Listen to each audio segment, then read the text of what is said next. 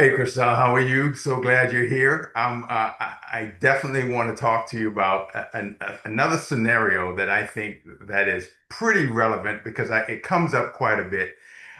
It's a scenario of high-end buyers, entrepreneur buyers, people that are self-employed, all right? They're self-employed, so they're not gonna, you can't get W-2s from them. They're a different breed.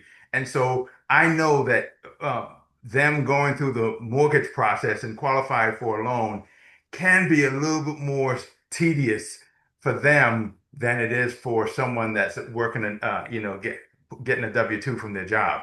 So tell me about some of the things, the solutions that you have in place that will make that process not as horrifying as it normally can be, because I've been through it multiple times and, you just feel like you poke me in the eye, it would be better than going through that again. So talk us through some of your Sure. solutions that will help someone that is self-employed and something that will, eliminate maybe all the tax returns that they have to produce and that kind of stuff.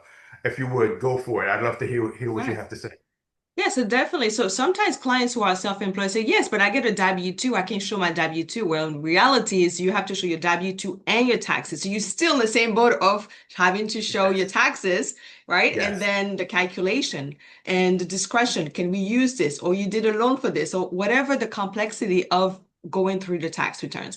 So solution is the bank statement loan. So we have bank statement, we can use your business bank statements or your personal bank statements. Usually your business can be the best route because we can see the recurrence of your deposits. We average the deposits over 12 months or 24 months. We'll stay with the 12 months.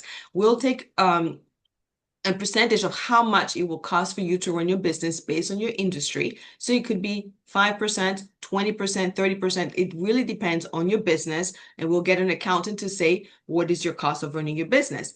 Now, you have a lot more income. You could qualify potentially with your tax returns, but maybe not for the same amount than your business returns because your business bank statements, because the cash flow is coming in.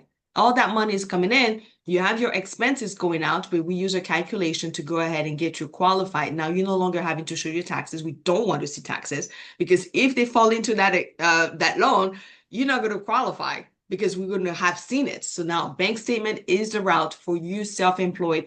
That we can also even do a profit and loss where we're Okay. using your profit and loss to see how much you've been making for the last 12 months and use that as your income calculation. That is a number one solution for self-employed nowadays. Very Would good. that answer your needs for your clients who don't want the headache and be poked in the eye? Yes, absolutely. That is a viable solution for them, and I appreciate you taking the time of jumping on to give us these quick answers to these questions for us. But thank you, thanks again, and I'll see you next time around. Sounds great. Thank